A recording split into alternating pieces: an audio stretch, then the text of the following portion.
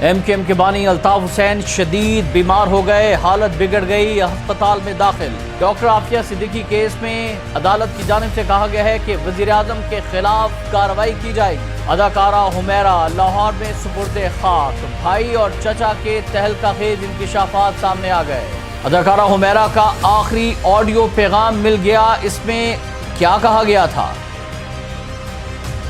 بسم اللہ الرحمن الرحیم۔ السلام علیکم ناظرین، آپ دیکھ رہے ہیں خبرگام اور میں ہوں احتشام الرحمان۔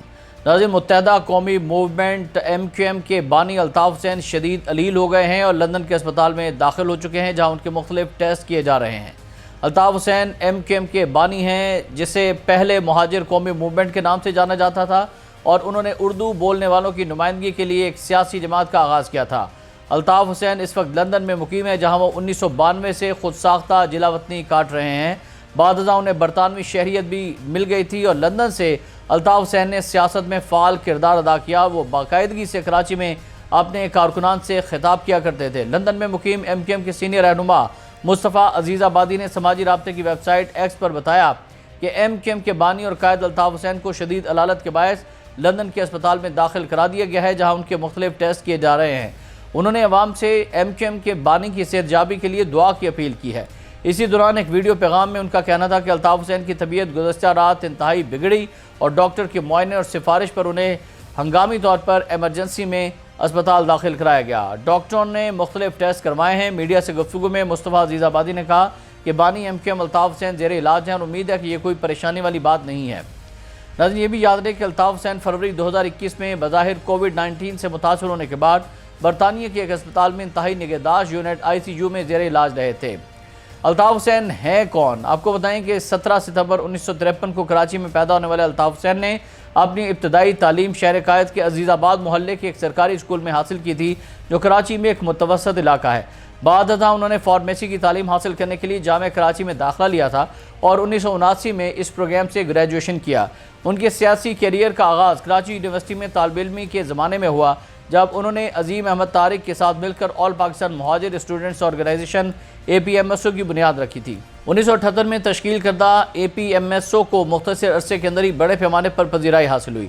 الطاف حسین کی قیادت میں ایم کیو ایم نے سندھ کے شہری علاقوں میں 1988 کے انتخابات میں کلین سویپ کیا اور ملک کی تیسری بڑی جماعت بن کر ابھری۔ حکومت کی جانب سے کراچی آپریشن شروع کرنے کے بعد 1990 کی دہائی کے اوائل میں ایم کیو ایم کے سربراہ جلا وطنی اختیار کر گئے اور ان پر کراچی میں دہشت گردی کروانے اور لوگوں کو قتل عام کرنے کے حوالے سے الزامات لگائے گئے، اور ان کے اوپر یہ بھی الزامات تھا کہ ان کے حکم پر ایم کیو ایم کے ڈیتھ اسکواڈ تشکیل دیے گئے تھے اور جنوبی افریقہ نیٹ ورک بنایا گیا، اور وہ بھارتی خفیہ ایجنسی را سے براہ راست رابطے میں تھے اور ان سے فنڈنگ حاصل کرتے تھے اور ان کے دہشت گرد کراچی میں قتل عام کرواتے رہے۔ الطاف حسین کی قیادت میں ایم کیو ایم پر سیاسی اقتدار حاصل کرنے اور اسے برقرار رکھنے کے لیے پرتشدد ہتھ کنڈے استعمال کرنے کا الزام تھا۔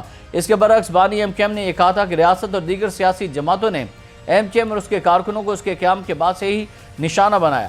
لندن سے کراچی کو کنٹرول کرنے والے شخص کے طور پر دیکھے جانے والے الطاف حسین مئی 2013 میں پاکستان بھر میں ٹیلی ویژن پر نشر ہونے والی اپنی تقریر کی وجہ سے تنقید کی زد میں آ گئے تھے، جس میں انہوں نے مطالبہ کیا تھا کہ اگر ان کی پارٹی کا عوامی مینڈیٹ اسٹیبلشمنٹ کے لیے قابل قبول نہیں تو کراچی کو باقی پاکستان سے الگ کیا جائے۔ تاہم ان کی جماعت نے وضاحت کرتے ہوئے کہا تھا کہ اسے سیاق و سباق سے ہٹ کر لیا گیا ہے۔ تاہم ایم کیو ایم کا زوال اگست 2016 میں الطاف حسین کی ایک اشتعال انگیز تقریر کے بعد ہوا، جس میں انہوں نے نہ صرف پاکستان کے خلاف نعرے لگائے بلکہ ملک کو پوری دنیا کے لیے کینسر بھی قرار دیا تھا۔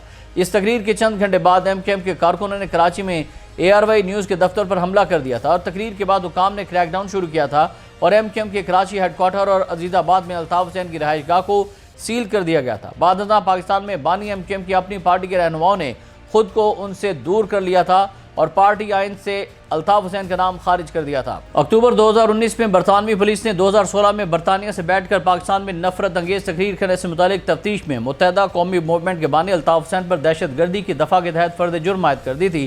تاہم 2019 کے اوائل میں بھی اس کیس میں گرفتار کیا گیا تھا، لیکن اسے ضمانت پر رہا کر دیا گیا تھا۔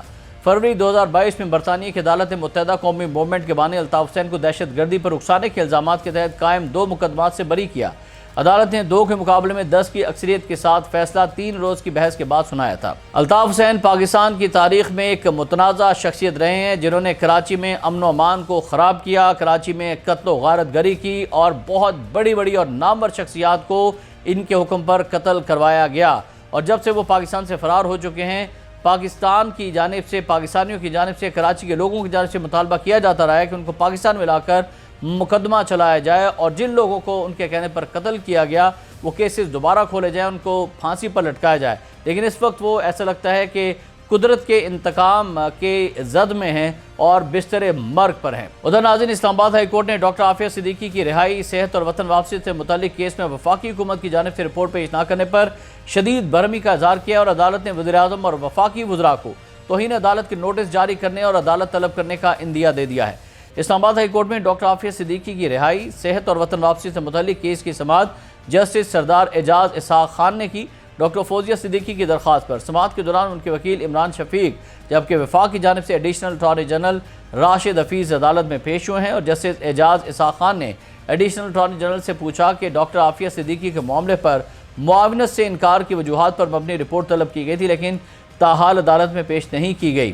جسٹس اعجاز اسحاق خان نے سخت ریمارکس دیتے ہوئے کہا کہ اگر رپورٹ پیش نہ کی گئی تو پوری وفاقی کابینہ کو عدالت میں طلب کیا جائے گا، کیوں نہ وفاقی کابینہ کے تمام وزراء کے خلاف توہین عدالت کی کارروائی شروع کی جائے۔ یہ عدالت صرف کابینہ ہی نہیں بلکہ وزیراعظم کے خلاف بھی کارروائی کر سکتی ہے۔ عدالت نے واضح کیا کہ جون میں وفاقی حکومت سے جواب طلب کیا گیا تھا لیکن تاحال کوئی رپورٹ موصول نہیں ہوئی ہے۔ جسٹس اعجاز اسحاق خان نے وفاق کو 3 دن کی مہلت دیتے ہوئے کہا کہ رپورٹ ہر صورت عدالت میں پیش کی جائے۔ اور ناظرین، آخر میں ذکر ہو جائے اداکارہ حمیرہ اصغر کا۔ کراچی کے ایک فلیٹ میں مردہ پائی جانے والی اداکارہ اور ماڈل حمیرہ اصغر کی میت جمعے کو لاہور پہنچا دی گئی تھی، جہاں جمعے کی شام ہی انہیں ماڈل ٹاؤن قبرستان میں سپرد خاک کر دیا گیا۔ حمیرہ اصغر کے چچا محمد علی نے میڈیا سے گفتگو میں کہا کہ وہ 2017-2018 میں گھر والوں کی اجازت سے گھر سے گئی تھیں۔ خاندان نے ان سے اظہار لا تعلقی نہیں کیا تھا، نہ ہی آج تک لڑائی جھگڑا ہوا۔ متوفی 2 بہنیں اور 2 بھائی ہیں۔ حمیرہ نیک خاتون تھی، ان کے اپنے گھر والوں سے بہت اچھے تعلقات تھے اور جائیداد کا کوئی تنازع نہیں تھا۔ انہوں نے مزید بتایا کہ حمیرہ سے صرف موبائل پہ رابطہ ہوتا تھا، وہ 2 ماہ سے 6 ماہ بعد آتی تھیں اور غربہ میں کپڑے اور دیگر اشیاء تقسیم کرتی تھیں۔ اس سوال پر کہ 2 ماہ تک ان سے کسی نے رابطہ نہیں کیا، متوفیہ کے چچا کا کہنا تھا کہ رابطہ اس لیے نہیں کیا گیا کہ ہمیں معلوم ہی نہیں تھا کہ وہ کہاں رہتی ہیں۔ اداکارہ حمیرہ اصغر کے چچا محمد علی نے کہا کہ حمیرہ اصغر شوبز میں کام کرنا چاہتی تھی، وہاں خوش تھی، لیکن حمیرہ کے والدین اس فیصلے سے خوش نہیں تھے۔ لاہور میں قبرستان میں میڈیا سے گفتگو میں اداکارہ کے چچا محمد علی کا مزید کہنا تھا کہ حمیرہ سے فون پر رابطہ ہوتا تھا، جب بھی لاہور آتی تو گھر ضرور آتی تھی۔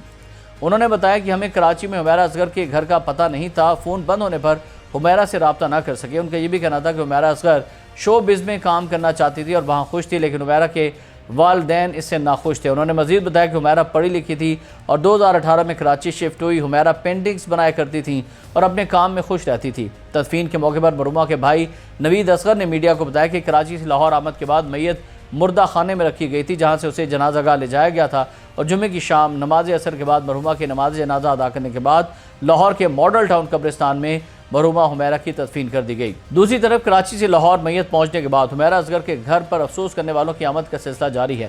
گھر کے اندر لان میں قناتیں لگا دی گئیں، لیکن میڈیا کو مکان سے دور رکھنے کی ہدایات جاری کی گئیں، جبکہ اہل خانہ بھی ذرائع ابلاغ کے نمائندوں سے بات کرنے سے گریزاں رہے۔ حمیرہ اصغر کی میت کو جمعرات کی رات کراچی میں چھیپا فاؤنڈیشن کے مردہ خانے سے ان کے رشتہ داروں کے حوالے کیا گیا تھا۔ حمیرہ اصغر کے بھائی نوید اصغر اور دوسرے رشتہ دار میت کو ایمبولینس بذریعہ سڑک لاہور پہنچے تھے۔ حمیرہ کے بھائی نوید اصغر نے جمعرات کی رات کراچی میں چھیپا فاؤنڈیشن کے باہر میڈیا سے بات کرتے ہوئے کہا تھا کہ یہ بات غلط ہے کہ ہم نے اپنی بہن کی میت وصول کرنے سے انکار کر دیا تھا۔ اداکارہ اور ماڈل حمیرہ اصغر کے انتقال کے بعد اہل خانہ پر لاتعلقی کے الزامات سامنے آئے، تاہم ان کے بھائی نوید اصغر نے وضاحت کی کہ وہ مسلسل رابطے میں تھے اور والد نے صرف ذہنی دباؤ کے باعث وہ بیان دیا تھا۔ اداکارہ اور ماڈل حمیرہ اصغر کی لاش 8 جولائی 2025 کو کراچی میں ان کے فلیٹ پر پائی گئی تھی اور لاش کی حالت سے پتہ چلتا تھا کہ انہیں مرے ہوئے کئی ماہ گزر چکے ہیں۔ حمیرہ کے بھائی نوید اصغر نے میڈیا سے بات کرتے ہوئے کہا تھا کہ میڈیا پر ایک تصور پیش کیا گیا کہ والدین میت وصول نہیں کرنا چاہتے تھے۔ اصولی طور پر ایک طریقہ کار ہوتا ہے، میت پولیس کے پاس تھی جنہوں نے تفتیش کرنا تھی، اس کے بعد لواحقین کے حوالے کیا جاتا ہے۔ حمیرہ کے بھائی نے بتایا کہ ہم پچھلے 3 دن سے پولیس کے ساتھ اور چھیپا کے ساتھ رابطے میں تھے۔ ایک سوال کے جواب میں نوید اصغر نے کہا تھا کہ حمیرہ نے شوبز میں جو بھی کام کیا وہ اپنی مرضی سے کیا۔ وہ 7 سال پہلے کراچی شفٹ ہو گئی تھی ہر خاندان میں ایسا ہوتا ہے۔ وہ ابو کو کہہ دیتی تھی کہ میں اپنے معاملات کی خود ذمہ دار ہوں۔ اس سے سال 6 ماہ 3 ماہ بعد رابطہ ہو جایا کرتا تھا، کوئی 1 سال پہلے اس سے رابطہ ختم ہو گیا تھا۔ حمیرہ کے بھائی نے بتایا کہ ان کی پھوپھی کا 1 ماہ قبل انتقال ہو گیا تھا، اس لیے بھی ان کے والدین پریشان تھے۔ ناظرین، جمعرات کی شام جناح ہسپتال کراچی سے موصول ہونے والی پوسٹ مارٹم رپورٹ کے مطابق حمیرہ کی موت کا تخمینہ 8 سے 10 ماہ قبل لگایا گیا ہے، جبکہ لکھا ہے کہ تمام ہڈیاں موجود تھیں، البتہ گوشت گل سڑ گیا تھا۔ رپورٹ میں لکھا ہے کہ موت کی وجوہات بظاہر قدرتی ہیں۔ حمیرہ اصغر کی لاش 8 جولائی 2025 کو شام 6:25 پر اسپتال میں موصول ہوئی تھی اور 8:15 پر ان کا پوسٹ مارٹم شروع ہوا، جو 10 بجے رات مکمل ہوا۔ رپورٹ کے مطابق لاش کالے لوئر اور میرون ٹی شرٹ میں تھی۔ ڈی کمپوزیشن کی ایڈوانس سٹیج کی وجہ سے جسم کے بعض حصوں پر مسلز موجود نہیں تھے اور جلد حنوط حالت میں تھی، جبکہ ہڈیاں بھربھری ہو چکی تھیں۔ حمیرہ کی واقعات کراچی کے علاقے تحت کمرشل میں ایک فلیٹ سے اس وقت ملی تھی جب ایک عدالتی اہلکار منگل کو مالک مکان کی شکایت پر مکان خالی کروانے کے لیے پہنچا تھا۔ پولیس کا کہنا ہے کہ بیلف نے دروازہ توڑا اور اندر مردہ خاتون کو پایا۔ اداکارہ حمیرہ اصغر کے کیس میں پولیس حکام نے ان کی رہائش گاہ سے متعلق تفصیلات جاری کر دی ہیں۔ ڈی آئی جی سعود نے بتایا کہ حمیرہ اصغر نے فلیٹ 20 دسمبر 2018 کو کرائے پر لیا۔ انہیں کرایہ نہ بڑھانے پر پہلا نوٹس 3 جون 2021 کو بھیجا گیا اور 13 جون 2021 کو اداکارہ کو گھر خالی کرنے کا کہا گیا۔ اسد رضا کے مطابق 17 جون 2021 کو اداکاروں کو دوسرا نوٹس بھیجا گیا۔ حمیرہ اصغر کافی عرصے سے کرایہ ادا نہیں کر رہی تھیں۔ انہوں نے 1 سال پہلے گھر خالی کرنے کی یقین دہانی کروائی تھی، جبکہ مالک مکان کا حمیرہ اصغر سے رابطہ ختم ہوا تو کورٹ سے رجوع کیا گیا۔ ادھر ناظرین، آپ کو بتائیں کہ پاکستانی اداکارہ اور ماڈل حمیرہ اصغر مرحومہ کی جانب سے اپنی دوست کو بھیجا گیا آخری آڈیو میسیج بھی منظر عام پر آ گیا ہے۔ حمیرہ اصغر کی در شہوار نامی دوست نے نجی ٹی وی چینل کو دیے گئے انٹرویو میں مرحومہ کا آخری آڈیو پیغام سنوایا، جس میں حمیرہ کی جانب سے اپنی دوست سے دعاؤں کی درخواست کی گئی تھی۔ در شہوار کے مطابق یہ وائس نوٹ انہیں حمیرہ نے ستمبر 2024 میں بھیجا تھا، جس میں وہ کہہ رہی ہیں کہ معذرت، میں بس مصروف تھی اور تمہارا فون نہیں اٹھا سکی، میں بہت خوش ہوں کہ تم مکہ میں ہو۔ آڈیو نوٹ میں حمیرہ کہہ رہی ہیں کہ اپنی کیوٹ سی دوست کے لیے دل سے بہت ساری دعائیں مانگنا، میرے کیریئر کے لیے دعاؤں میں ضرور یاد رکھنا۔ ناظرین، خیال رہے کہ حمیرہ اصغر کی لاش 8 جولائی کو اتحاد کمرشل کے ایک فلیٹ سے اس وقت ملی تھی کراچی میں، جب کرائے کی عدم ادائیگی پر مالک مکان کے عدالت پہنچنے پر عدالتی بیلف ان کے گھر پہنچا اور فلیٹ کا دروازہ نہ کھولنے پر دروازہ توڑا گیا تھا۔ اور آخر میں آپ کو بتائیں کہ پولیس حکام کا کہنا ہے کہ واقعے کی تحقیقات جاری ہیں۔ موت کی وجوہات جاننے کے لیے مختلف پہلوؤں کو مد نظر رکھا جا رہا ہے۔ سی ڈی آر میں آنے والے کیب ڈرائیور اور دیگر افراد سے تفتیش کی جا رہی ہے۔ تفتیشی ذرائع کے مطابق اداکارہ کے موبائل فون کا ریکارڈ حاصل کیا جا چکا ہے اور ان تمام افراد سے پوچھ گچھ کی جا رہی ہے جن سے انہوں نے آخری مرتبہ رابطہ کیا تھا۔ ناظرین، آج کے ویلاگ سے فی الوقت اتنا ہی، اس دعا کے ساتھ کہ اللہ تعالیٰ حمیرہ اصغر کی مغفرت فرمائے۔ احتشام الرحمان کو اجازت دیجیے گا۔ اللہ حافظ۔